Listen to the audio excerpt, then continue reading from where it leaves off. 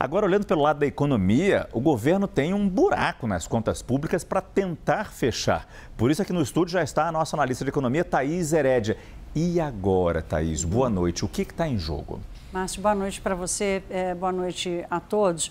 Olha, Márcio, o governo tem algumas alternativas, já vou trazer aqui, né?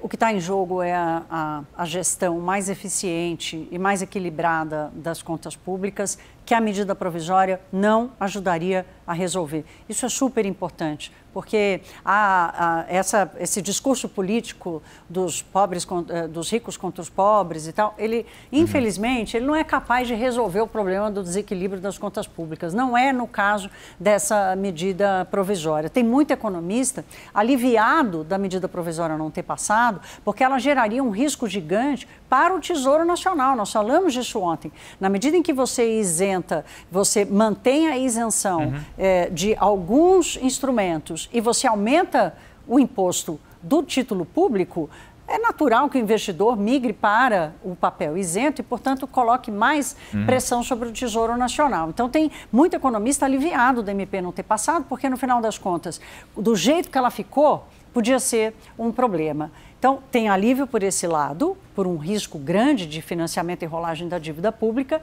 mas tem uma preocupação gigante sobre esse buraco que surgiu. Vamos dar uma olhada aqui, Márcio? Agora, Márcio, eu vou falar das opções, mas só quero fazer um apontamento aqui, o seguinte: o buraco não surgiu do nada não, tá?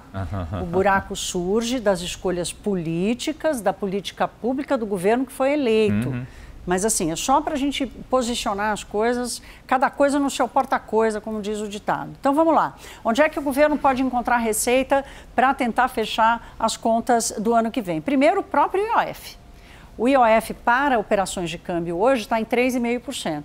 Em alguns momentos, o Brasil já chegou a ter um IOF para câmbio, por exemplo, para operações em câmbio, de mais de 6%.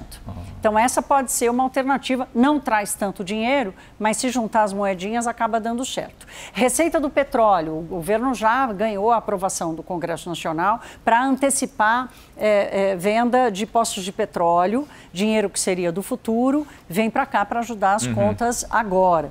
Dividendos das estatais, outra medida que você tira do futuro e traz para cá, com antecipação de dividendos. Essa é uma coisa que os governos usam e aí depende do tanto e para que, sob que justificativa que ele está se dando, né? E nesse caso aqui é tirar do futuro para fechar as contas de agora. E alguns especialistas em contas públicas me lembraram da renegociação de dívidas tributárias. O governo pode acabar dando mais descontos, dívidas que venceriam, que às vezes até o governo ganharia na íntegra, ele abre mão, dá muito desconto, mas acaba recebendo. Então, de moedinha em moedinha, acaba chegando lá.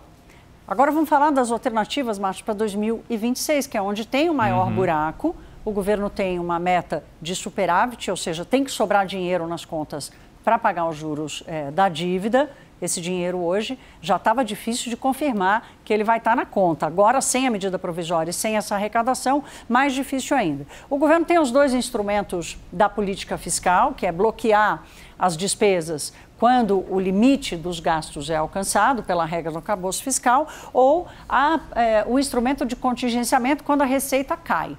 Aqui pode ser um grande problema. O contingenciamento das contas no ano que vem pode ser um grande problema. Já seria um desafio grande para o governo, por causa do TCU reclamando que está usando a meta do superávit de forma equivocada, a receita está superestimada, porque o governo espera um crescimento muito maior para o ano que vem, inclusive maior do que deste ano. Então, aqui pode ser um problema que vai se aumentar. E, por último, Márcio, o ministro da Fazenda, Fernando Haddad, disse hoje que o governo, mesmo tendo perdido a MP, vai continuar buscando os mesmos objetivos. Ele não disse com essas palavras, mas ele estava se referindo, obviamente, à meta fiscal, tanto desse ano quanto do ano que vem.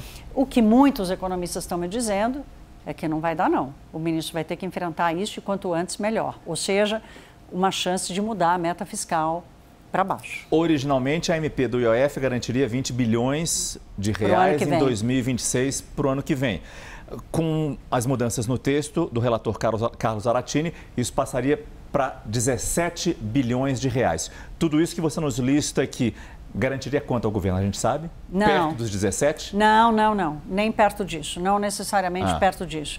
Mas, Márcio, já tinha um buraco antes para ser coberto. Muitos economistas já estavam dizendo assim, olha, do jeito que a conta foi, contando com a EMP, tem economista que disse que ainda faltava 25, 30 bilhões. Então, o buraco é muito maior.